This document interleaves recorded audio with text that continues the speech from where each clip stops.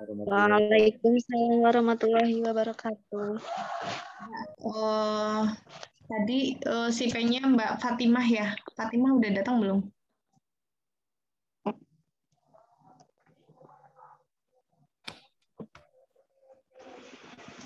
Sudah ada Fatimah? Ya, tadi di akhir Fatimah kan mengingatkan Putri ya, Putri gitu. Terus habis itu Putri bilang enggak. Terus Fatimah jawab, oh, benar orang kira-kira? Betul nggak? Bisa dipahami ya? Mudah ya? Ke dosennya oke. Kalau dosennya ke mahasiswa, boleh oke. Mahasiswanya sih oke. Oke Bu, enggak ya, saru ya. Nggak boleh ya. Ini saya mengingatkan ke semuanya, dosennya aja udah bilang enggih loh. Mahasiswanya berarti ya jangan jangan oke. Boleh juga enggih. Gitu ya. Mohon dipahami ya. Oke. Terus selanjutnya hari ini kita akan kontrak perkuliahan ya untuk mata kuliah keselamatan pasien dan kesehatan kerja dalam keperawatan. Sebentar. Di Purwokerto mendung, terus ini sinyalnya dua. Sebentar, saya nyari sinyal dulu. Bentar ya.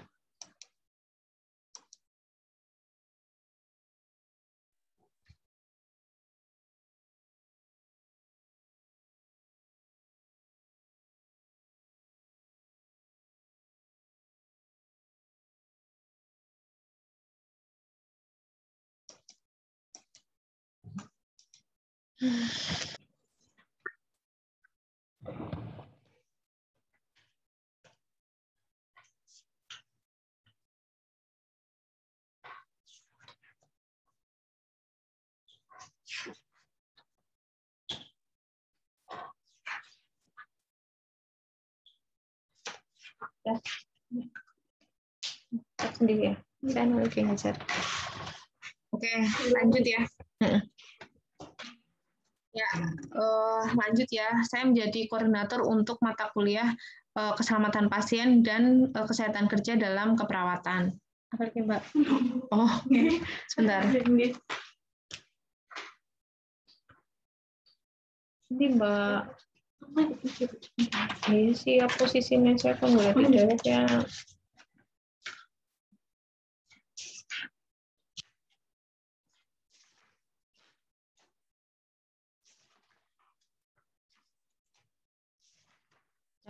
Bisa Bu. Ya. Dan sebelumnya Putri mengingatkan terkait dengan KRS-an ya, sesuai jadwal. Ketika ada yang mau cuti nih, misalnya tadi ada yang WA saya, Bu, saya mau cuti.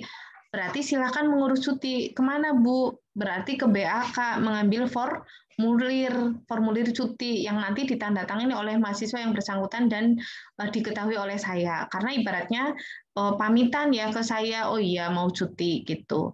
Lah, terus Bu, ketika saya mau cuti tapi nggak ngurus surat gimana? Besok saat kalian aktif kembali, SPP yang sekarang itu dianggapnya kamu nggak cuti, jadi harus bayar full sebanyak misalnya 4.500.000. Tapi kalau cuti kok diurus, kalian mengurus, itu nanti bayarnya separuh. Begitu. Terus kalau di keperawatan nggak bisa ya, yang hanya cuti hanya 1 semester. Nah, karena kita belajarnya itu berkelanjutan. Nah, tutupin, Mbak. Makasih. Belajarnya itu berkelanjutan, jadi nggak bisa yang cuti hanya 1 semester. Cuti itu ya paling nggak 2 semester ya. Otomatis kalian jadi besok kuliahnya ikut adik tingkat. Gitu ya, mohon dipahami. Terus selanjutnya pengalaman kemarin nih, misalnya ada yang KRS-nya tidak sesuai tepat waktu. Ini benar-benar terjadi. Ada mahasiswa X perempuan tahun-tahun yang dulu dia telat KRS. Terus otomatis kan dibilangin besok jangan diulangi lagi ya Mbak, bla bla bla bla bla gitu. Terus selanjutnya yang tahun kemarinnya lagi semester genap kemarin, maaf, semester genap kemarin dia sama, saya nulis di grup Mbak ini kok belum KRS-an, silahkan ngajuin cuti, nggak dibalas WA saya. Udah ya, terus dia nggak beritikat baik juga untuk WA saya, misalnya masalah keuangan atau yang lain gitu. Terus akhirnya setelah UAS kan dosen mau entry nilai tuh. Ada dosen yang japri saya, Putri mahasiswa atas nama Ik, dia ada di Skalsa tapi siakat nggak ada. Berarti dia nggak KRS-an tapi aktif di Skalsa. Ya dosennya nggak bisa entry, wong dia nggak KRS-an. Terus saya bilang nilainya diemin aja karena mahasiswa ini belum KRS-an dan nanti akan saya cutikan karena dia tidak sesuai prosedur, sudah UAS baru mau KRS-an. Akhirnya saya japri, Mbak gimana? Barulah dia ngomong, Bu saya mau KRS-an sekarang, saya udah ada uang. Nggak bisa, bukan masalah uang, masalah itikat baik. Ya, jadi dia udah punya uang segambreng, mau bayar berapapun ya saya enggak, karena tidak sesuai prosedur. Terus dia bilang gini, pakai kalimat gini, Bu tahun lalu saya boleh, oh ternyata kamu belajar dari masa lalu, dan menganggap itu boleh terus dilakukan lagi. Artinya malah dia enggak ngambil pelajaran dari situ. Oh, berarti mahasiswa itu beneran ya kalau dikasih izin malah ngelonjak gitu. Jadi memang harus sesuai aturan. Kasihan sih orang tuanya, tapi gimana lagi dia nggak sesuai aturan gitu ya. Jadi yang penting adalah ketika nggak ada biaya silakan dikomunikasikan. Ya, jadi harus KRS-an sesuai jadwal. Kalau enggak, dosen nggak bisa entry nilai kalian. Walaupun kalian punya bukti saya aktif Skalsa, saya mengerjakan kuis. Lah nilaimu mau dimasukkan kemana gitu. Itu ya. Terus selanjutnya di semua mata kuliah harapan saya daftar hadir diisi, kuis diisi, ada forum pertanyaan dosen di forum diisi. Ya, untuk K3 ini saya besok mulai mencoba sebelum UTS saya akan cek siapa saja yang mengisi daftar hadir. Kalau mengisi daftar hadir kurang dari 50%, berarti tidak boleh ikut UTS maupun UAS. Mudeng ya. Jadi sebelum UTS UAS saya besok akan merekap daftar hadir kalian di Skalsa. Karena banyak pengalaman kemarin ya, seperti teman-teman angkatan kalian ya, saya lupa Nadifa atau Zuyina yang sekelas dengan kalian. Jadi kuis nggak pernah ngerjain, daftar hadir nggak pernah ngeklik loh. Daftar hadir mau orang mikir ya, tinggal ngeklik tok. Terus tapi dia ikut UTS UAS, kan berarti dia pakai aji mumpung. Nah, nggak bisa berarti besok. Kalau daftar hadirnya kurang dari 50% berarti tidak bisa ikut UTS UAS. Gitu ya. Tolong dipahami. Oke, saya share screen terkait dengan RPP.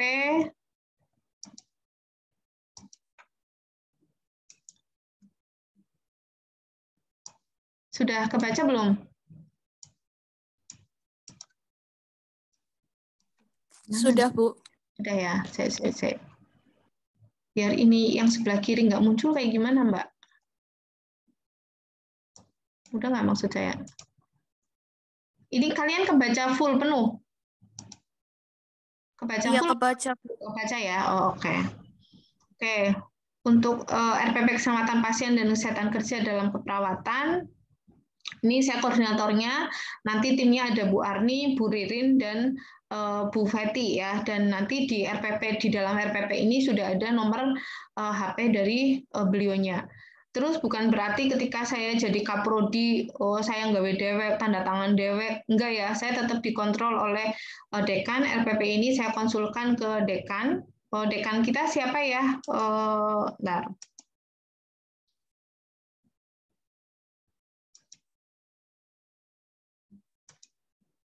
Dekan kita siapa coba? Laili Alfiani.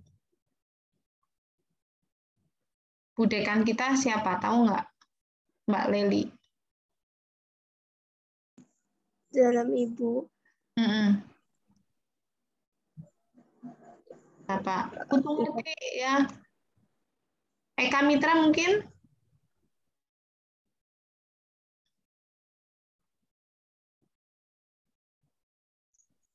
Bapak Anggit Wirasto, SSI. Bukan. Gue dekan Fakultas Saintek. Umi Sarah, siapa jajal? Ibu Novi, Ibu. Ibu Novi ya. Aja sampai ya kalian ditakoni esuk ditakoni dosen siapa. Emang kaprodinya siapa orang ngerti. Sekretaris prodinya siapa orang ngerti. Jewer jangan ya. Jadi harus mulai kenal dari sekarang ya. Jadi sekretaris saya Bu siapa? Ibu Nana. Ya, Bu Nana. Kemarin tuh ada yang nggak tahu loh kata Bu Ita. Kan sedih ya saya sama Bu Nana pun boleh zumbing kopang kaping ora di emut-emut. Terus dekannya adalah Bu Novi ya. Terus yang kaitannya dengan nurse ada namanya Pak Wasis. Gitu ya. Oke. Terus ini RPP ini saya konsulkan ke Bu Novi. Ini bukti konsulnya ya, beliau ceker di sini. Terus saya sampaikan terkait dengan perubahan visi kita ya, harapan dari prodi kami setelah besok kalian lulus, kita punya visi adalah menjadi program studi yang terkemuka di tingkat nasional sebagai pusat pengembangan IPTEX keperawatan serta menghasilkan lulusan yang mandiri dan berbudaya pada tahun 2032 ya. Jadi harapan kita besok ketika kalian lulus, kalaupun nggak kerja di rumah sakit klinik, tapi harapannya juga bisa mandiri, mendirikan nurse trainer misalnya seperti itu. Terus ini ada 3 SKS ya, lumayan kalau SP besok 75 kali 3 225. Jadi silakan diniatkan dalam hati jangan sampai ikut SP untuk mata kuliah keselamatan pasien.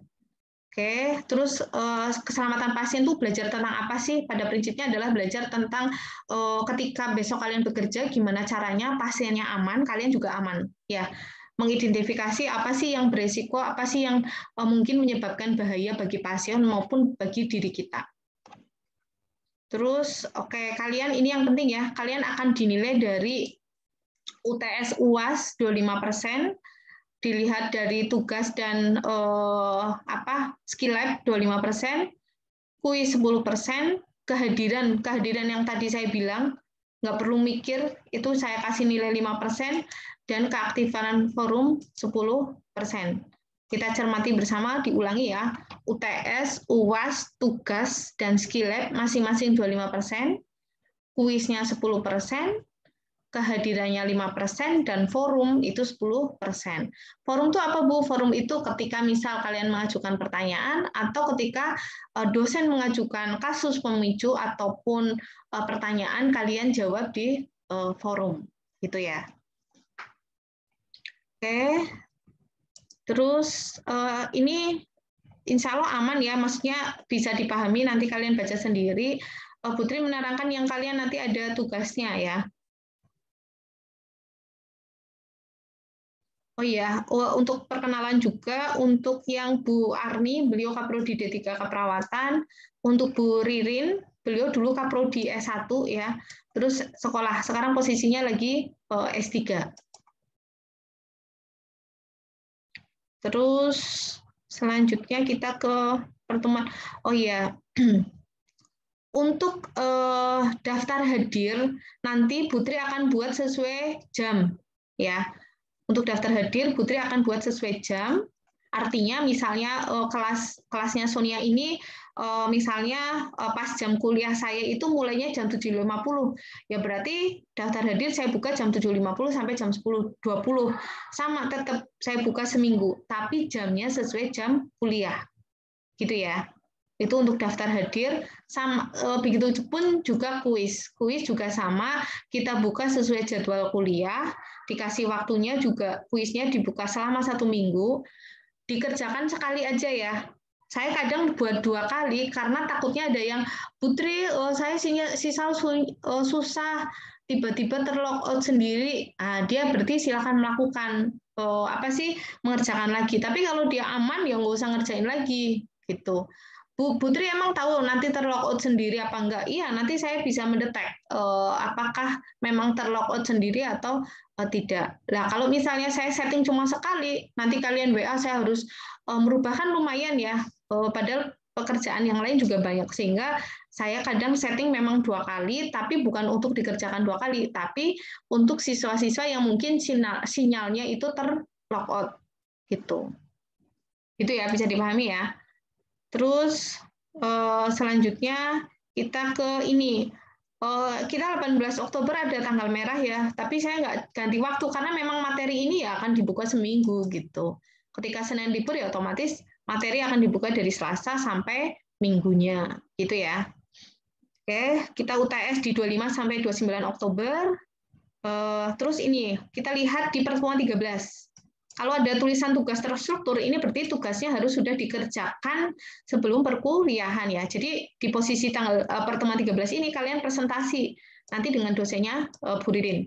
Tugasnya kayak mana kita nanti lihat di belakang ya. Terus nanti rencana kalian akan kuliah offline ya. Nih di pertemuan ke-22 sama 23. Ya, diingat-ingat di sini ada tulisannya ya, skill lab. Skill lab itu berarti kalian belajar di lab ya. Ada nanti Bu Feti dengan saya dan Bu Feti dengan Bu Arni ya. Ada medication safety sama senam ergonomi seperti itu. Terus kita lihat rancangan tugasnya. Ini yang tadi pertemuan 13 ya. Jadi tujuan tugas apa sih? Tujuan tugas agar kalian mampu memahami atau menjelaskan dengan kalimat sendiri tentang upaya pencegahan dan penurunan penyakit dan trauma akibat kerja. Nah, tugasnya apa? Tugas kelompoknya. Tugas kelompoknya adalah mencari satu jurnal nasional dan satu jurnal internasional. Ini jurnal 1, jurnal nasionalnya, jurnal bahasa Indonesia maksudnya, jurnal 2, jurnal internasionalnya. Nanti ditulis di sini nama penelitinya siapa, yang jurnal nasional. Yang internasional nama penelitinya siapa. Terus tahunnya tahun berapa, jurnal 1, yang jurnal 2 tahun berapa, judulnya apa, gitu ya. Jadi judul, waktu penelitian, tempat penelitian, jumlah responden, kriteria responden, instrumen penelitian, cara pengumpulan data, hasil pembahasan, kelebihan jurnal, kekurangan jurnal, dan rekomendasi. Putri, kita baru semester 3, mana tahu tentang jurnal. Nggak apa-apa ya, sambil belajar. Nanti kalau misalnya ada kesulitan, bisa juga WA ke saya ya, nanti kita belajar bareng-bareng. Jadi maksudnya kalau kalian merasa sulitnya sekarang, besok pada saat kalian melakukan skripsi atau penelitian, itu sudah terbiasa gitu. Jadi kenapa sih harus ada tugas jurnal kalian? Karena besok di semester 7-8 kalian akan melakukan penelitian ya. Akan melakukan penelitian, terus melakukan pengumpulan data pakai yang namanya instrumen, pakai yang namanya kuesioner. Nah, dilatihnya dari sekarang, tapi bukan dilatih mengambil data, enggak, tapi dilatih membaca dulu, membaca jurnal atau hasil penelitian. Begitu ya, bisa dipahami ya. Terus, lah nanti hasil rangkuman kalian ini masukkan ke PPT, nanti dipresentasikan dengan Bu Ririn. Jadi memang SIPEN ini ya untuk yang memahami RPP itu bukan hanya Sonia, bukan hanya Fatimah, tapi KB-han. Tapi memang Fatimah karena dia SIPEN, dia harus tahu tanggal. Oh ya, pertemuan 13 minggu depan ini adalah presentasi. Nah, berarti dari minggu ini sudah mengingatkan teman-teman, teman-teman ayo kerjain tugas yang ini pertemuan 13. Nah, kayak gitu. Gitu ya, memang kaitannya tanggalnya berapa itu memang Fatimah yang harus tahu gitu. Tapi tugasnya ngapain aja masing-masing mahasiswa harusnya sudah tahu. Oke. Kalian pada saat presentasi jurnal dinilai dari mananya? Dinilai dari pada saat menjelaskan tepat atau tidak. Dinilai dari komunikasi tertulis atau makalahnya. Dinilai dari komunikasi lisannya. Terus dinilai dari kerjasama timnya, dan dinilai dari analisis jurnalnya, gitu ya. Terus kalau dulu zaman masih kuliah offline ya, saya sering pada saat tugas-tugas kayak gini, saya mewajibkan mahasiswa bukti bahwa kelompok bekerja sama ya, adanya foto kayak gitu. Jadi ketahuan nih mana yang ikut mengerjakan, mana yang enggak. Nah ini inovasi ya, besok pada saat kalian mengerjakan kan mungkin diskusi via Zoom ya, jadi harusnya ada bukti SS. Tapi kalau Bu Ririn nggak minta bukti itu ya nggak usah, gitu ya. Oke, terus selanjutnya pada saat belajar di lab, kalian juga ada tugas, ngapain Bu? Yang pertama adalah harus baca SOP dulu, ya. Di sini sudah ada langkah-langkahnya.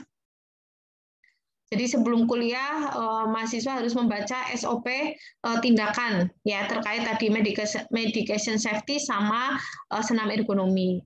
Terus selanjutnya nanti kita ada pretest dulu ya, sebelum masuk lab kita ada pretest.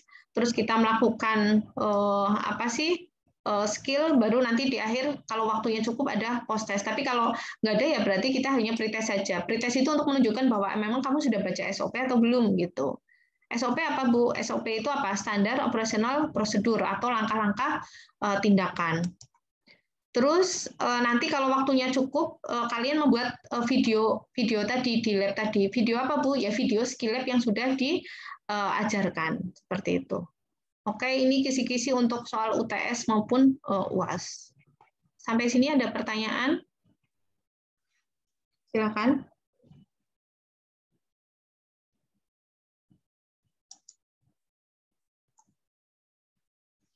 Silakan, mau ada pertanyaan tentang RPP.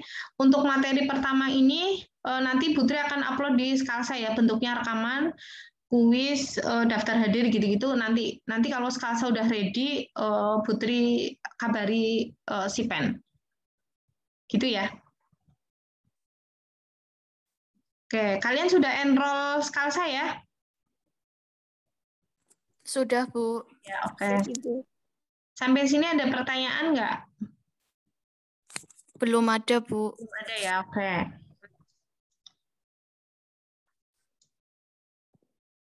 Laki-lakinya Irfan doang apa? Irfan, ketuanya Pancoro ya? Iya, Bu. Oh ya, oke. Saya malah lupa tadi nanya kelas B, ketuanya siapa. Ya, oke. Kalau nggak ada pertanyaan, Putri akhiri ya. Poin diingat,